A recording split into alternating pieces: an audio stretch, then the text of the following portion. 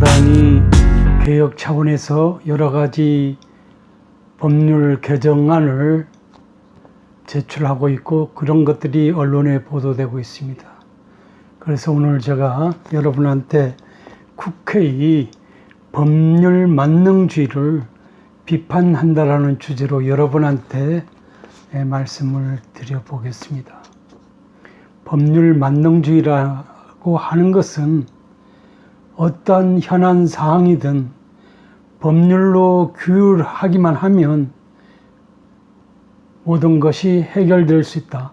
만사형통할 수 있다라는 그런 사고의 발로에서 입법이 만들어지는 경우를 우리가 법률 만능주의라고 그렇게 말할 수 있습니다. 이것은 예컨대 음주의 폐해가 있으면 법률로 음주를 금지하면 된다고 생각하는 이치와 다르지 않습니다. 이와 관련해서 일찍이 미국에서 금주법을 제정한 바 있는데, 그런데 엉뚱하게도 술이 밀조나 이에 따르는 범죄가 격중하여 오히려 폐해를 증가시켰기 때문에 이후에 금주법이 폐지됐던 그런 사례를 우리가 연상해 볼 수 있습니다. 아무리 법률이 제정되거나 개정돼서 특정 사안을 규율해서 만사형통할 것 같지만은 세상 만사 그렇게 간단하게 돌아가지 않는다라 본다면 법을 제정함에 있어서, 법을 개정함에 있어서는 특히 국회의원들께서 신중하고 여러 가지 헌법적 관계라든지 이런 것들을 엄중하게 사려 깊게 이해를 하고서 관련 입법을 하는 것이 옳지 않느냐는 그런 입장에서 제가 오늘 여러분한테 방송을 하고자 하는 것입니다. 최근 민주당 의원께서 다주택 고위 공직자가 일정 기간 내에 실거주 외에 주택을 정당한 사유 없이 매각하거나 백지 신탁하지 않을 경우 5년 이하의 징역이나 5천만 원 이하의 벌금형에 처하는 공직자 윤리법 개정안을 제출한 것으로 알려져 있습니다. 그런데 자유민주주의 국가에서 다주택 소유가 국민을 감옥에 보낼 정도로 엄중한 범죄가 될 수 있는지 여부에 대해서는 논란이 중폭될 수밖에 없습니다. 이와 관련해서 진중권 전 동양대 교수는 집 안 판다고 형사처벌 받는다 라는 부분에 대해서 강력한 비판을 제기한 바도 있습니다. 국토교통부도 지난 2018년 11월 1주택자가 기존 주택을 처분하는 조건으로 청약을 받을 경우 기존 집을 6월 이내에 처분하지 않으면 최고 3년 이하의 징역 또는 3천만 원 이하의 벌금을 물리는 내용의 주택 공급에 관한 규칙 개정안을 입법 예고했다가 논란에 휩싸이면서 이를 거둬들인 그런 사례도 있는 것입니다. 이 두 사례에 비춰 모든 죄에 견주어서 지나치게 무거운 형벌을 금지하는 그런 어떤 법의 입법 기준, 해석 기준으로서 과잉금지 원칙이 있는데요. 이것에 반할 수가 있다는 것입니다. 헌법 37조 2항에 반한다는 것입니다. 37조 2항은 국민이 모든 자유와 권리는 국가의 안전보장, 질서유지 또는 공공복리를 위해서 필요한 경우에 법률을 제정하거나 개정해서 제한할 수 있으되 제한하는 경우에도 국민이 자유와 권리, 본질적인 내용을 침해할 수 없다 이래 되어 있습니다. 무슨 말이냐면 그 제한이 불가피한 경우에만 가능한 것이고, 그리고 그런 제한 또한 최소한도에 그쳐야 된다는 것입니다.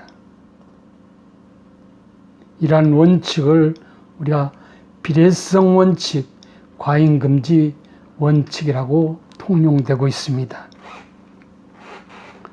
헌법재판소도 이와 관련해서 4가지 원칙을 제시하고 있습니다. 목적이 정당한지, 방법이 적정한지, 그 다음에 침해가 최소화되어 있는지, 그 다음에 법적으로 보호되는 이익이 균형감이 있는지, 이 4가지 원칙에 비추어서 어느 하나에 반했을 때는 위헌이 된다는 것입니다. 앞에 사례에서 그런 입법이 됐을 경우 설령 이 4가지 원칙에 헌법재판소의 판결에 의해서 저촉이 되는 경우는 위헌 판결이 내려질 수 있다는 것입니다. 그렇다면 헌법재판소가 제시하고 있는 이 비례성, 과잉금지 원칙의 4가지 원칙은 어떤 의미를 갖고 있는지 여러분한테 말씀을 드려보겠습니다. 우선 목적이 정당성입니다.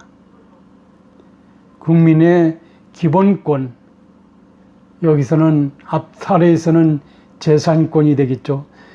국민이 재산권을 제한하는 그런 입법을 하는 경우에는 그 목적이 헌법과 법률이 체계 내에서 정당성을 인정받을 수 있어야 된다 이거죠. 인정받을 수 없을 만큼 과도한 과잉 입법은 용납될 수 없다는 그런 원칙으로 받아들여지고 있습니다.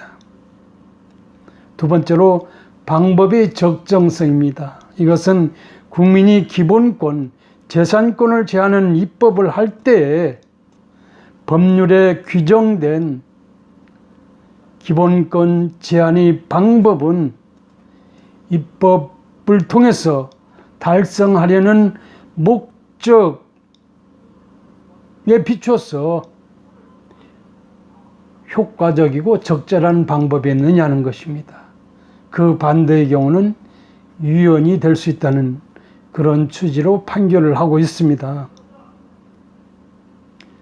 그 다음에 최소 침해성입니다. 입법자가 국회가 선택한 재산권 제한 조치가 입법의 목적 달성을 위해서 적정한 것이라 할지라도 보다 완화된 수단이나 방법을 모색함으로써 그 제한을 필요한 최소한 이것이 될 수 있도록 할 수 있다면 그렇게 가야 된다는 것입니다.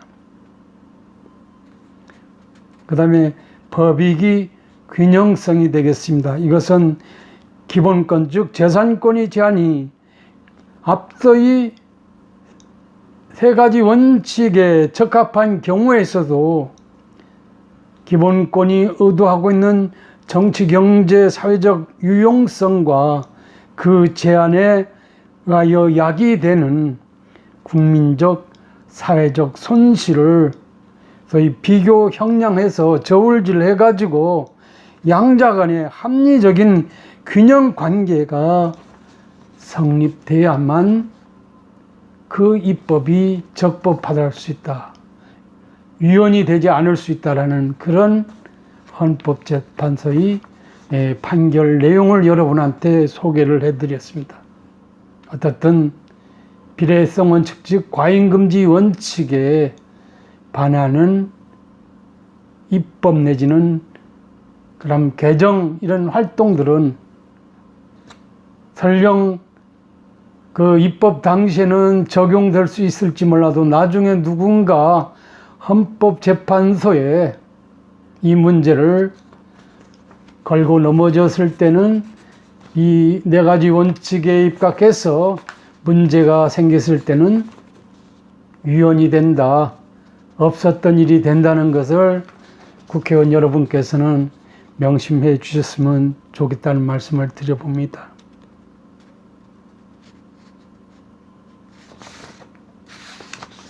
지난 10일 한 여당 의원은 종부세 개정안을 내놓으면서 입법 취지를 이렇게 설명했습니다. 시가 25억짜리 아파트를 갖고 있는 소유자는 예전보다 6천만 원 정도 늘어난 1억 원 정도의 세액 부담이 될 것으로 보인다. 버티기 어려울 정도의 세액 부담이 아니냐. 그렇지만은 저는 이렇게 생각한다고 했습니다. 이는 집값 안정이라는 정부 여당 차원에서 그리고 그 구성으로서 당위성을 제시하는 것으로는 흡족할 수 있지만은 국민에게 어떤 고통을 줄 수 있는 어떤 그 위험한 발상이라는 점에서 간단해 보이지 않습니다. 이와 관련해서 헌법학의 태두, 대통령님의 스승님이신 허영경희대 석좌 교수께서는 납세 의무를 부과하는 데도 한계가 있어야 된다. 집을 처분을 하지 않고서는 도저히 부담할 수 없는 그런 그 세금 부과 고지는 도살적 과세에 해당되기 때문에 헌법에 반할 수 있다고 해석하고 있습니다. 위에서 입법을 도모하고 있는 의원님의 생각하고는 정반대라는 사실이 되겠습니다. 또한 정부와 여당은 5.18 민주화 운동에 대해서 허위사실을 유포하면 중형을 선고해서 감옥에 보내는 소위 특별법도 추진하는 것으로 알려져 있습니다. 그리고 제주 4.3과 관련해서 4.3 특별법에서도 4.3 사건 희생자 또는 유족에 대한 명예를 훼손할 경우 7년 이하의 징역 또는 7천만 원 이하의 벌금에 처한다는 그런 내용이 들어가 있습니다. 이 두 법안 모두 형량이 지나치게 무거운 것도 문제지만 역사 해석을 독점하고 헌법상 편의 자유와도 충돌할 수 있어서 위헌의 소지가 다분하다는 그런 얘기가 언론을 통해서 흘러나오고 있습니다. 제 개인적으로 보더라도 물론 제가 제주도라서 고향 사람으로서 4.3 특별법 개정과 관련해서 여타부타 하고 싶지는 않습니다만은 법학자로서 관련해서 말씀드린다면 위헌의 소지가 있다는 그런 생각에는 동감을 표하고 싶다는 그런 말씀을 드려보겠습니다. 그 다음 최근에 통일부가 탈북민 단체 두 곳에 설립 허가를 취소한 것도 행정권 남용이라는 지적을 받고 있습니다. 허가 취소된 두 단체 중 하나는 지난 16년 동안 북한의 전단을 보냈던 곳이고 나머지 하나도 4년 전부터 대북 전단을 살포해 왔던 것으로 알려져 있습니다. 그런데 갑자기 허가 취소가 되는데 이것도 제가 알기로는 신뢰보호 원칙에 반한다는 것입니다.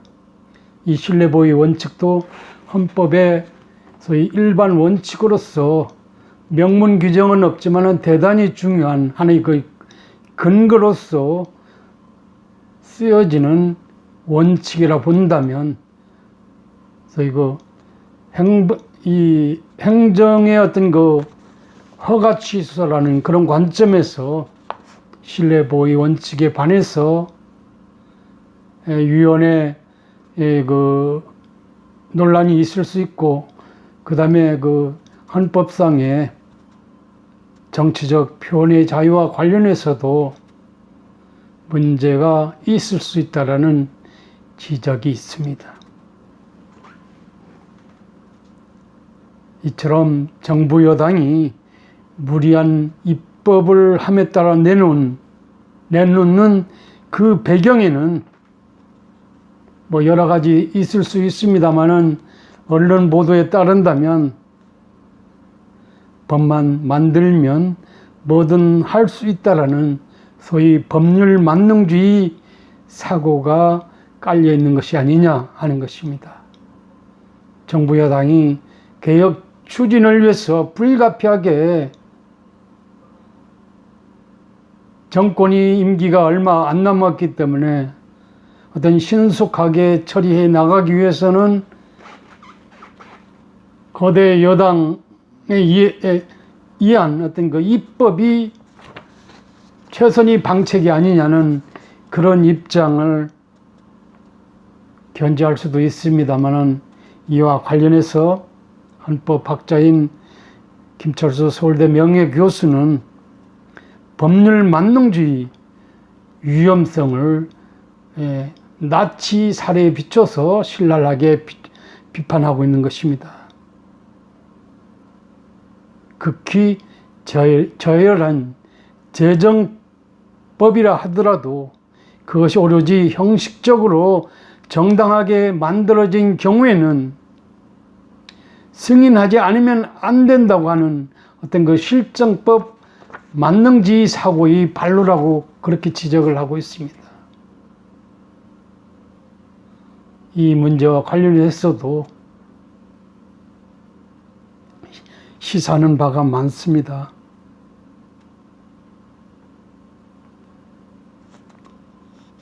어쨌든 최근 정부 여당이 입법 형태는 엄벌주의, 일벌백계주의, 그 다음에 개혁을 위한 어떤 최후의 어떤 보루로서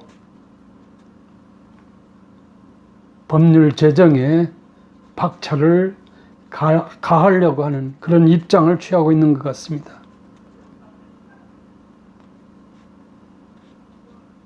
이것은 어떤 의미를 내포하고 있느냐면, 소위 정부를 비판한다고 집권 세력과 생각이 다르고, 예컨대 집을 여러 채 가졌다고 법을 제멋대로 적용해 국민을 혼내고 괴롭힌다라는 어떤 현실적 관점에서 본다면 전혀 순리적이지 않다, 간단해 보이지 않다. 그 다음에 현 정부에서는 그게 적용이 될지라도 나중에 전 정부에서 이루어졌던 그런 과도한 입법들이 나중에는 이 법원 내지는 헌법재판소에 의해서 유언 판결이 되는 사례를 목도해 왔다라는 그런 입장에서 본다면 입법 만능주의는 옳지 않다.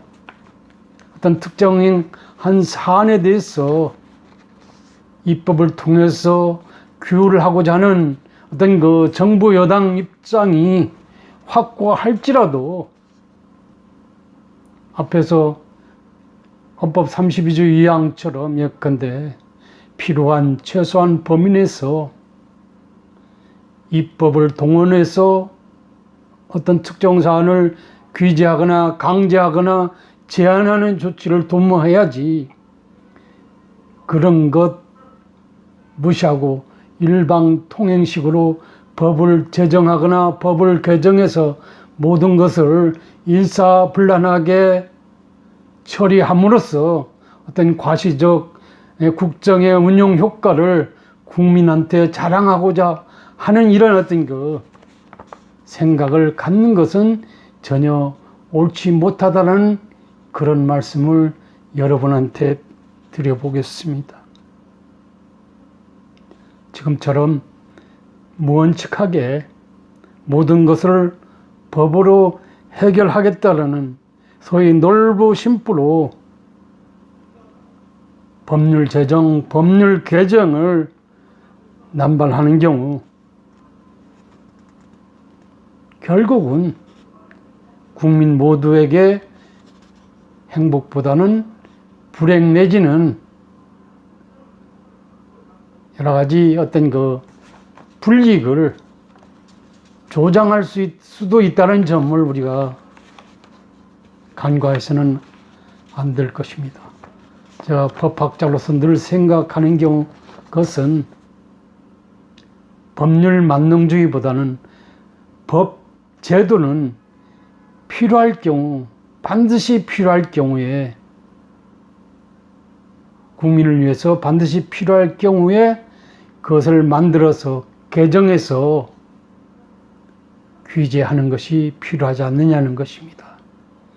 그리고 디지털 혁명 시대에 있어서 정부의 규제나 이런 통제나 어떤 제한보다는 국민이 창의와 국민이 어떤 자율성을 존중하는 쪽으로의 이런 어떤 그 정부의 보도음이 더욱이나 절실한 것이지, 어떤 정책 목표가 달성되지 않는다라고 해서 무조건적으로 법을 통해서 통제하고 억제하는 식으로 가고자 하는 것은 진정으로 국민을 위한 법치가 아님을 헤아려 줬으면 좋겠다라는 그런 말씀을 드려봅니다. 법은 어떤 만능이 될 수 없습니다. 필요한 특정한 경우에만 유용한 수단이 될 뿐이지, 법을 통해서 모든 것을 해결하고자 하는 것은 국민의 심사나 어떤 창의나 뭐 이런 국민을 배려하는 입장이 아니라 규제하는, 통제하는 입장만을 고수한다는 것은, 그것은 자유민주주의 질서에도 반한다고 말씀드리지 않을 수 없습니다. 최근에 일련의 정부 여당에서 추진하는 입법 행태에 비춰서 법률 만능주의는 자제할 필요가 있다. 아무리 급하고 다급할지라도 돌다리도 짚어보고 건넜을 때 그 위험이 최소화될 수 있다라는 그런 이치를 좀 생각해 주셨으면 좋겠다라는 그런 말씀을 드려보겠습니다. 감사합니다.